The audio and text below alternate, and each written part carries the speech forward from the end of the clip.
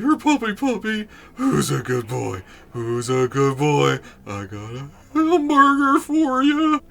Weapons down, or the doggo gets it.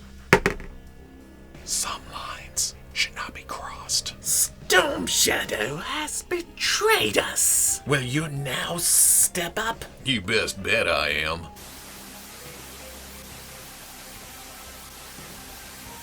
Oh, this ain't the last you've seen of me, mother... Wait, get away from me! I'm not food!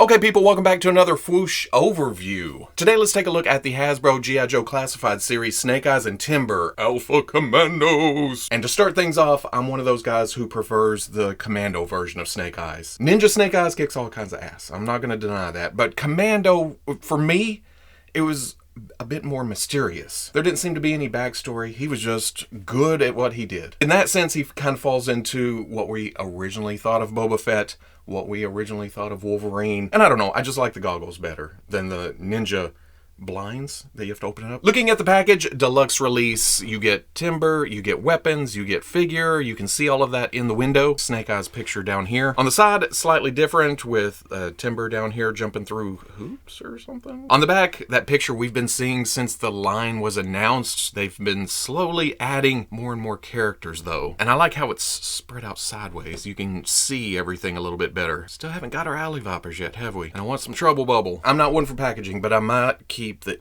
back of this one just because it makes for a nice overall picture. On the other side, what Hasbro is using as their file card system now, but you have to kind of decipher it. That's easy enough to look up on the website. You get Snake Eyes, you get his stats, backstory, just like on the old packages. But for the symbols, it's Covert Ops 4, Bladed Weapons 4, Stealth 4, Ninjutsu 4. All fours. It's Snake Eyes. On the top, number 30, star, more window to allow some light to shine down behind the figure. Make it more presentable. On the bottom, your legalese, your warnings, your barcode, but let's get this open. And I'm 4 in Bladed Weapons too. Watch this. Butter, more butter.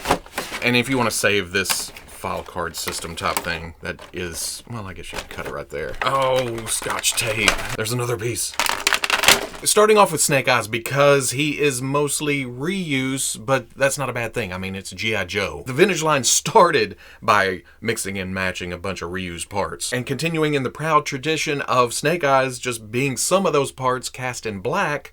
I mean, that's exactly what we're getting here. The body is reuse of Beachhead. Same arms, pouch up on the shoulder, the seam lines running up and down with the flat spots here and there. Same crotch piece, same legs with the pouches on the outside, same knee pads, which can be traced all the way back to Duke, who originally used those. Same boots, same feet, you see the laces and the soles. Different shin guards though, these are new for Snake Eyes. They're smaller, more compact, have some battle damage to them. And that's the same for the torso, although I haven't pulled off Beachhead's gear. Looking at the collars and the pieces and parts that I can see behind the gear, it's the same torso. Different vest though, although it feels familiar. It has that same design motif, that same aesthetic as a lot of the other Joes, but just different position, unless I'm missing somebody. Did somebody reuse this? But it has the pouches and more pouches. There's a pouch. Here's a pouch. Everywhere's a pouch. The nice texture to the web gear, buckles, it just, again, what we're used to. But it's the head that makes Snake Eyes, and here, brand new head, brand new neck piece. The mouth cover that seems like a separate piece from the rest of the helmet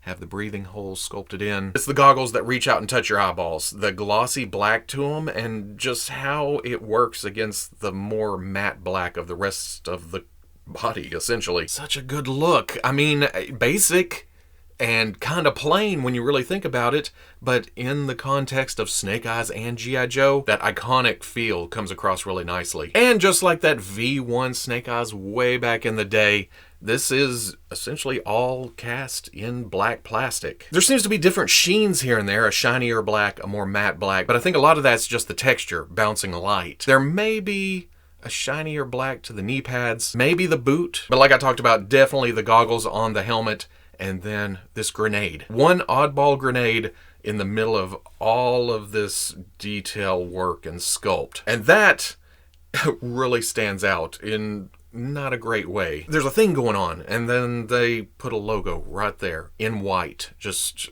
pow, pops out at you. So I may come back around, throw some paint over that because it's essentially just black. I can't mess that up, right? But the set does have another character who has a lot more unique sculpt, a lot more extensive paint job. First off, it's a great Timberwolf sculpt. I mean, just how the body flows, it's animalistic. It's got a roughness to it, but only because there's a wilderness to it. How's that? All this great fur sculpt has a wildness to it. It's not just, you know, combed back or laying down. There's a savageness to the whole thing. Comes all the way back to the tail, kind of upturned, although with the articulation you can turn it down, but that just does not look right. There we go. Working down the legs, there's some rough hair sticking off and back, and again, unkempt. There's even some paws sculpted onto the bottom of the feet. Even better, the way the articulation is worked into the sculpt. It doesn't break it up too much. Of course, you're going to see cuts.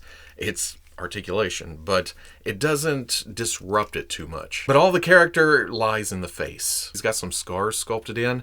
Looks like he's seen some battle. He's been through some things. Then you get to the eyes and there's a calmness. And that's accentuated because they went with kind of a metallic gold that really bounces the light.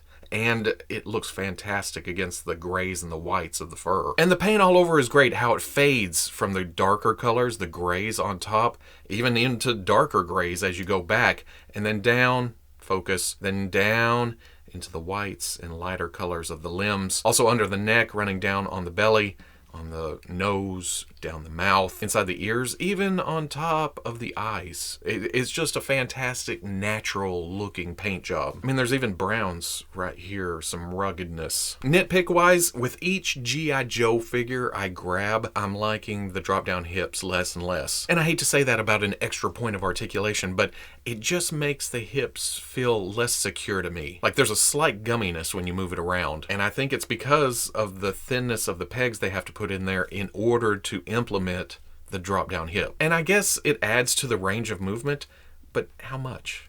I mean, is it worth it? Also, I understand the reuse. It works within the confines of G.I. Joe, but we have yet another left-handed body. There's trigger fingers on both sides, but this is the hand that goes up and down for weapon wielding. This one goes side to side. So even if there's going to be body reuse, I'd like to see alternate joints for hands, or extra hands thrown in where you can decide if they're right or left-handed. Also, because of the way it was packed in the package, there's some bend to the left arm at the elbow, but that's just a little heat. Get it straightened back out, hold it in position. The only slight gripe I have about Timber is a couple of the joints have loosened up. We saw the same thing with Guinevere from the Dungeons and Dragons pack, and I guess some of these joints are just too small to put detents in. You try to get into a more extreme pose, and it kind of falls out. It's not like it's floppy, it's just slightly loose. That's where I'll leave it. For articulation, at the neck, there's the standard G.I. Joe ball joint going down to a hinge, going down to a ball at the bottom of the neck. All that together can look up, can look down, tilt. Most of that is at the bottom. The head is really tight around the ball up top. Swivels, butterfly joint going forward and back. Arm hinges up, rotates all the way around. Swivel at the bicep. Double elbow comes up, oh, most of the way. Swivel, and like we talked about, right hand in and out hinge, left hand up and down hinge. Another thing we run into a lot, under this harness, there's a hinge in the mid-torso, ball joint at the waist. But because of how this is wrapped around, the hinge is kind of hard to get to. You can, watch, inside of there, but it's not as free as it would be without all this plastic around it. But the ball at the hinge does give you some movement, some hula hooping. Hip, standard G.I. Joe Classified Series ball joint coming out from a drop-down hinge. Goes forward, goes back, out. That's impressive, especially with this holster running into that pouch. In fact, what do we got? You see, all the way. Ba-boom. Swivel at the thigh. Double knee. Yeah, that was my finger. Kicking commando ass. Swivel at the top of the boot. Hinge at the ankle goes back. Goes forward, but runs into that shin guard. And then forward-facing pin for rocker. For Timber, there is a dumbbell joint at the front of the neck. With that, looks up, looks down, side, side. It's a dumbbell. You get nice range on top of rotation. At the base of the neck, going to the body, there is a hinge that goes, well, it's already down, but it can go up to there. And with all that, front legs, there's a ball joint where it attaches to the body, in and out. Can rotate all the way around, gets a little tight right there, but goes. Below that is a hinge and swivel, can straighten out the leg or go almost 90 and then swivels in and out. Another hinge below that that goes 90 or, well, I guess back. And then at the paw goes back, goes forward, and then a forward-facing pin for rocker. Mid-torso seems to be a ball joint. You can go here or here, side, side, some rotation to it. Wolf hula hoop. Hind leg is about the same as the front leg. Ball joint out, in, all the way around. Hinge and swivel below that can either go straight or bends to almost 90, rotates. Hinge at the dog leg goes forward that far, can go all the way straight, and then the paw straightens out, bends up, forward facing pin. At the tail, there's a hinge and swivel, rotate it, hinge it up that far, hinge it down that far. For accessories, Snake Eyes comes with this rifle. It's fairly plain. It's cast in black. It fits Snake Eyes perfectly. The neat thing here is that this is removable. And that's essentially the same thing for this other rifle too. Different shape to it, but has that militaristic, slightly futuristic, is this Nerf of some kind? But again, cast all in black. It goes nicely into Snake Eyes' arsenal. And this is the same thing. You can pull this. But this is the biggie, right? The iconic Snake Eyes submachine gun. It has the detail. And in fact, I think we did get this with the Pulse exclusive Snake Eyes. I think we got this with that first Snake Eyes too, just a normal looking pistol. There's also a suppressor to it that fits over the barrel. More of a sneaky Snake Eyes look. But if you're not wanting it in the hand, the pistol goes in this handy dandy holster on the right hip. And there's even a spot for the suppressor to slide right there. When I first got it out of the package, the holster was slung a little higher and it got in the way with this pouch hanging down. Just slide that down, you get a little bit more range. Then there's this knife that is different than what we got with the Ninja Snake Eyes. And for that, there's a sheath on the left hip, slides all the way down. And then for timber, besides the head that came on it in the package, this stoic look, calm, cool, collected. As I showed, you can pull that off the ball joint and pop this other one on. Now the dumbbell tries to run away from you. As you're trying to pop it on, just keep fighting it. Just keep chasing it. It'll eventually pop on. And with that, you get a mean timber head sculpt. The ears are back, pointed. Got the teeth showing, got the angry eyes. Still the cool metallic eyes painted in there. Same fantastic paint job that we got with the other head. Even the fur is sculpted different, kind of up and out instead of down and around. Snake Eyes stands at 6 1/8 inches tall, while timber up to the top of the ears is about 3 3/8, and then is about 6 1/8 inches long. That does make Commando Snake Eyes just barely taller than Ninja Snake Eyes, but it also has more bulk to it. And then here he is with the Amazon exclusive Storm Shadow, which means he still works great with different size characters in the line like Scarlet and Gung Ho, along with other Hasbro lines like the Star Wars Black Series or Marvel Legends. Timber's definitely larger than some of the stand-in timbers I've had so far, like is that Papo? That line you can get at Hobby Lobby. And then this, where did I get this? This is Game of Thrones or something. And is even bigger than, where did this come from? Was it Legends? Select something? But that's on top of being way more articulated. I'm having to hold this because smaller than the D&D Guinevere, but not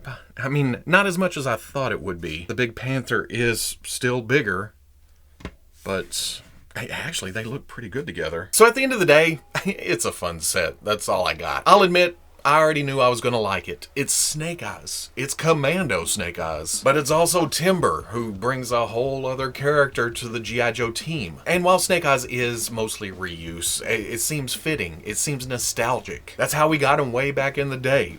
Just reused body, new head, couple of new parts. I'm completely good with the beachhead body and the lack of paint. A couple of spots, but almost complete lack of paint, because they make up for that with timber. The unique sculpting, the fantastic design, the articulation, the great paint work. They complement each other perfectly. As I'm filming this, we've just went through Target's reissue of the Viper and Baroness and Firefly and Beachhead and the Cobra Trooper, and the morning was miserable. Everything was gone. But in the afternoon, Firefly and Beachhead and the Trooper came back, and they were up for quite a bit. Before I started shooting this, Beachhead was still available. I don't know about the Baroness and Viper though. Those are still out in the ether. So there's still problems trying to collect this line. There's still frustrations, but it seems to be at least trying to work in the right direction with how